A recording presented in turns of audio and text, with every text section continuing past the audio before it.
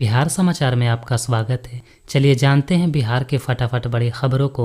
लेकिन उससे पहले ये न्यूज़ आप किस जगह से देख रहे हैं हमें कमेंट बॉक्स में ज़रूर बताएं। पटना समेत पूरे बिहार में दिवाली धूमधाम से मनाई गई। घर, दुकान, बड़ी बड़ी बिल्डिंग रोशनी से जगमगा रहे हैं। बाजारों में भी रौनक देखने को मिली है। बैन के बावजूद पटना, गया, मुजफ्फरपुर में भी पटाखे जलाए गए। आरसीपी ने अपनी नई पार्टी आशा यानी आप सबकी आवाज़ का ऐलान कर दिया है। पार्टी के झंडे में 3 रंग होंगे। सबसे ऊपर हरा, बीच में पीला, नीचे नीला रंग होगा। आरसीपी ने कहा कि जब चुनाव आयोग हमें पार्टी सिंबल देगा तो बीच के पीले रंग वाले हिस्से में पार्टी का लोगो काले रंग से आएगा। उन्होंने कहा कि 140 लोग अभी भी हमारी पार्टी से चुनाव लड़ने को तैयार हैं। बेंगलुरु से पटना आई फ्लाइट के बाथरूम में टिश्यू के बम 2 ओवर हैप्पी दिवाली लिखा मिला। सूचना के बाद फ्लाइट की पूरी तरह से जांच की गई। इसके बाद फ्लाइट को बेंगलुरु के लिए रवाना किया गया। बम की अफवाह के कारण फ्लाइट रनवे पर घंटों रुकी रही।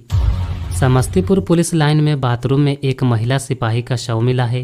वो सुबह नहाने गई थी और काफ़ी देर तक नहीं आने के बाद जब साथी सिपाही देखने गई तो उसका शव मिला। सिपाही की पहचान वंदना कुमारी के रूप में की गई है। वो काफ़ी दिनों से तनाव में थी। पुलिस को कोई भी नोट नहीं मिला है। मुजफ्फरपुर में खेलने के दौरान मिट्टी धंसने से 5 बच्चे दब गए। 2 की मौत हो गई। 3 घायल बच्चों को एसकेएमसीएच में भर्ती कराया गया है। एक बच्चे का पैर टूट गया है। हादसा मीनापुर थाना क्षेत्र के तुर्की में हुआ। कैमूर जिले के दुर्गावती थाना क्षेत्र के बहेरा गांव में गैस सिलेंडर लीक होने से एक घर में आग लग गई, जिसमें मां किरण देवी और पुत्र गोलू कुमार की मौत हो गई। रामगढ़ के पूर्व बीजेपी विधायक अशोक सिंह ने घटना पर शोक व्यक्त करते हुए पीड़ित परिवार को जल्द से जल्द सहायता राशि दिलाने की मांग की है। बेगूसराय में बुधवार साली से मिलने गए जीजा की पीट कर हत्या कर दी गई। उसकी लाश एक खेत से मिला है। शरीर पर ईंट पत्थर से मारे जाने के निशान मिले हैं। पुलिस सीसीटीवी फुटेज के जरिए बदमाशों का पता लगाने में जुटी हुई है। राजधानी पटना में दिवाली के दिन बड़ा हादसा होने से टल गया। बीच सड़क पर एक सीएनजी टैंकर से अचानक गैस लीक होने लगा। गैस की बदबू से परेशान लोगों ने इसकी सूचना फायर ब्रिगेड को दी। वाल्मीकि कैंपस में खड़ी गाड़ी मौके पर पहुंची और लीक पर काबू पाया। ज्वाइंट में फॉल्ट के कारण गैस लीक हो रही थी। बिहार में एक संस्कृति कॉरिडोर बनाने की योजना है जो राज्य की संस्कृति पहचान को अंतर्राष्ट्रीय स्तर पर बढ़ावा देगी। इस कॉरिडोर में गया, बोधगया, नालंदा, राजगीर, लखीसराय, नवादा, मुंगेर और भागलपुर जैसे जिलों को शामिल किया जाएगा। इस परियोजना के माध्यम से बड़ी संख्या में पर्यटकों को आकर्षित किया जाएगा, जिससे स्थानीय क्षेत्र का विकास और रोजगार के अवसर बढ़ेंगे।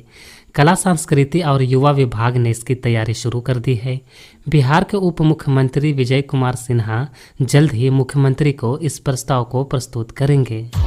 पटना में दानापुर से दीदारगंज के बीच स्थित 109 गंगा घाटों पर छठ महापर्व की तैयारियां जोर शोर से चल रही है।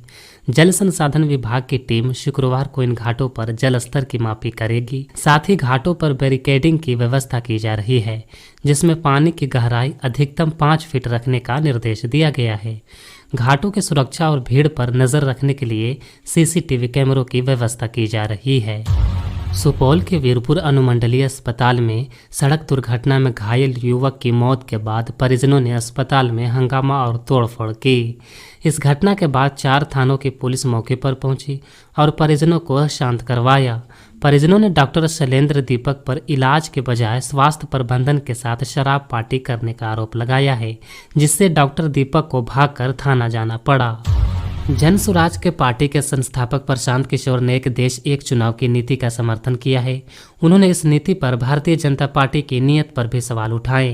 उन्होंने कहा कि 1 नेशन 1 इलेक्शन को सही इरादे से लागू किया जाए तो इसमें कोई गलती नहीं है, मगर बीजेपी अपने फायदे के लिए ये व्यवस्था लागू करे तो यह गलत होगा।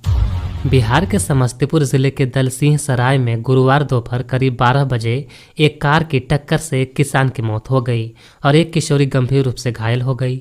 घटना के बाद गुस्साए स्थानीय लोगों ने कार में सवार 4 लोगों की पिटाई कर दी। बताया जा रहा है कि कार चालक शराब के नशे में था। पुलिस ने मौके पर पहुंचकर स्थिति को नियंत्रण में लिया और घायलों को अस्पताल पहुंचाया। बिहार के सारण जिले में दाऊदपुर थाना क्षेत्र के बरेजा बाजार में दीपावली के दिन एक पटाखा दुकान में आग लग गई, जिससे दुकान में रखे पटाखे तेज आवाज में फूटने लगे। इस घटना से बाजार में अफरा तफरी मच गई और लोग जान बचाने के लिए इधर उधर भागने लगे। पटाखे की आवाज सुनकर मौके पर भारी भीड़ जमा हो गई। कुछ ही मिनटों में दुकान में रखे सभी पटाखे जलकर खाक हो गए। गनीमत यह रही कि इस हादसे में किसी को चोट नहीं पहुंची है। बिहार राज्य आपदा प्रबंधन प्राधिकरण के उपाध्यक्ष डॉक्टर उदयकांत मिश्रा ने ठंड और शीतलहर से बचाव के लिए गाइडलाइंस जारी की है। उन्होंने आमजन को सजग रहने और पर्याप्त गर्म कपड़े रखने की सलाह दी है। शीतलहर के दौरान घर के अंदर रहने, ठंडी हवा से बचने और कम यात्रा करने का सुझाव दिया गया है। गीले होने पर तुरंत कपड़े बदलने, निरंकुल दस्ताने पहनने और गर्म पेय पीने की भी सलाह दी गई है। मौसम की जानकारी के लिए समाचार माध्यमों पर नजर बनाए रखने की भी हिदायत दी गई है। बिहार में दीपावली के बाद मौसम में बदलाव की संभावना है और तापमान गिरने से ठंड महसूस होगी। मौसम विभाग के अनुसार दीपावली पर पटना समेत पूरे प्रदेश में मौसम शुष्क रहेगा। सुबह हल्की धुंध रहेगी। पछुआ हवा के कारण मौसम शुष्क बना रहेगा। मौसम विज्ञान केंद्र पटना के अनुसार सर्दी आने में अभी थोड़ा समय है और पश्चिमी विक्षोभ सक्रिय होने के बाद ठंड में बढ़ोतरी होगी। बिहार के पश्चिमी चंपारण जिले में पुलिस ने अपराधियों और तस्करों पर नकेल कसने के लिए चलाए जा रहे विशेष अभियान के तहत एक बड़ी सफलता हासिल की है।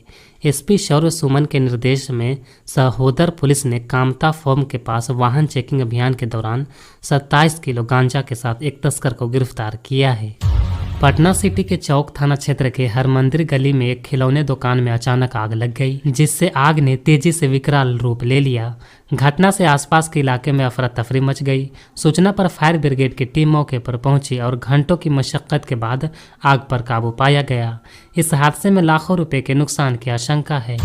पटना विश्वविद्यालय में दीपावली और छठ पूजा के बाद परीक्षाओं का दौर शुरू हो जाएगा। पहले स्नातक पीजी की इंटरनल परीक्षाएं होंगी। इसके बाद मुख्य परीक्षाओं की तैयारी शुरू होगी। दशहरा दीपावली की छुट्टी की वजह से सिलेबस भी पीछे हो गया है। दीपावली और छठ पूजा की दिसंबर में स्नातक फर्स्ट, थर्ड और फिफ्थ सेमेस्टर की परीक्षा होनी है। मोतिहारी के बिजधारी थाना क्षेत्र के पश्चिमी सुंदरपुर में स्कूल से लौट रहे 8 वर्षीय अंकित कुमार का बाइक सवार बदमाशों ने चॉकलेट का लालच देकर अपहरण कर लिया। घटना के बाद अंकित के छोटे भाई ने परिवार को जानकारी दी, जिन्होंने तुरंत पुलिस को सूचित किया। पुलिस ने कार्रवाई करते हुए 6 घंटे के भीतर बच्चे को बरामद कर लिया है। अंकित प्राथमिक विद्यालय में कक्षा 2 का छात्र है। वित्त मंत्री निर्मला सीतारमण 18 नवंबर को दरभंगा में क्रेडिट आउटरीच कार्यक्रम में शामिल होंगी, जिसमें 1000 करोड़ रुपए के लोन का वितरण होगा। केंद्र सरकार की इस पहल के तहत कर्ज लेने के इच्छुक लोगों को मौके पर ही ऋण प्रदान किया जाएगा। केंद्रीय मंत्री और अधिकारी राज्य सरकार के सहयोग से विभिन्न क्षेत्रों में जाकर ये कार्यक्रम आयोजित कर रहे हैं। दरभंगा में ये कार्यक्रम 18 और 19 नवंबर को होगा। प्रधानमंत्री इंटर्नशिप प्रोग्राम के तहत अब तक कंपनियों ने 1.27 लाख से अधिक युवाओं को इंटर्नशिप का अवसर देने के लिए पंजीकरण कराया है। इसमें सबसे अधिक 35,063 पद स्नातक वर्ग के युवाओं के लिए है, जबकि 12वीं पास के लिए 8,826 पद हैं। सरकार का लक्ष्य पहले चरण में 1.25 लाख युवाओं को इंटर्नशिप देना था, लेकिन कंपनियां अधिक अवसर प्रदान कर रही हैं। ये भविष्य के लिए सकारात्मक संकेत है। दिवाली पर गुरुवार को राजधानी पटना रंग बिरंगे लाइट्स, कैंडल और मिट्टी के दीप से जगमग दिखा। शहर को दुल्हन की तरह सजाया गया था। डिजाइनदार एलईडी लाइट्स रंग बिरंगे रोशनी बिखेर रही थी। रात भर आतिशबाजी होती रही। ऐसे में दैनिक भास्कर ने ड्रोन के जरिए शहर की कुछ तस्वीरें और वीडियो को कैप्चर किया है। ये तस्वीर और वीडियो 200 फीट की ऊंचाई से ली गई है। इन तस्वीरों में पटना का अद्भुत नज़ारा दिखा।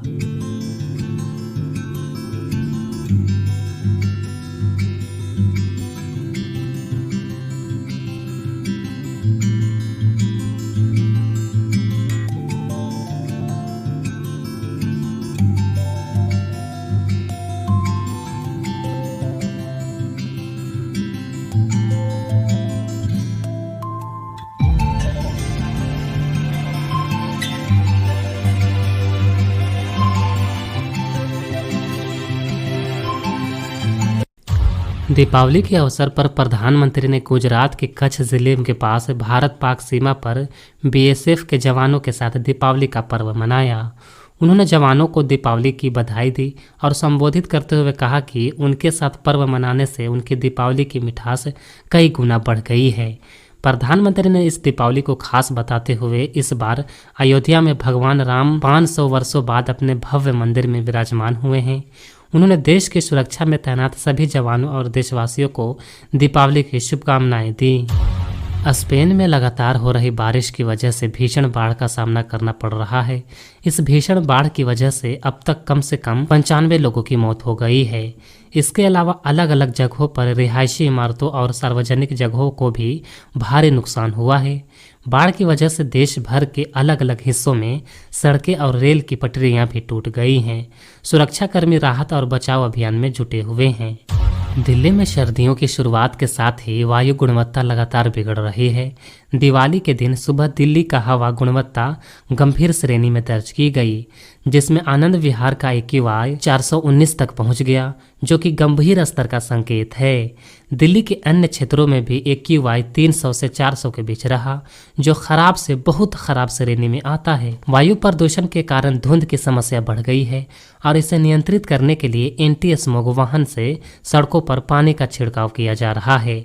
दिल्ली सरकार ने पहले ही पटाखों पर प्रतिबंध लगाया था और इसे सख्ती से लागू करने के लिए 377 टीमें तैनात की गई हैं। भारत और चीन के बीच सीमा पर तनाव कम करने के प्रयासों में सफलता मिलने के बाद दोनों देशों के रिश्तों में नई गर्माहट देखी जा रही है। दिवाली के अवसर पर भारतीय और चीनी सैनिकों ने वास्तविक नियंत्रण रेखा LAC के विभिन्न बिंदुओं पर मिठाइयों का आदान प्रदान किया। इससे एक दिन पहले डेमचोक और दिपसांग इलाकों में दोनों देशों के सैनिकों की वापसी की प्रक्रिया पूरी हुई थी। लद्दाख के काराकोरम के पास दौलत बेग ओल्डी और कोंगका ला जैसे क्षेत्रों में सैनिकों ने मिलकर त्योहार मनाया और एक दूसरे को शुभकामनाएं दी।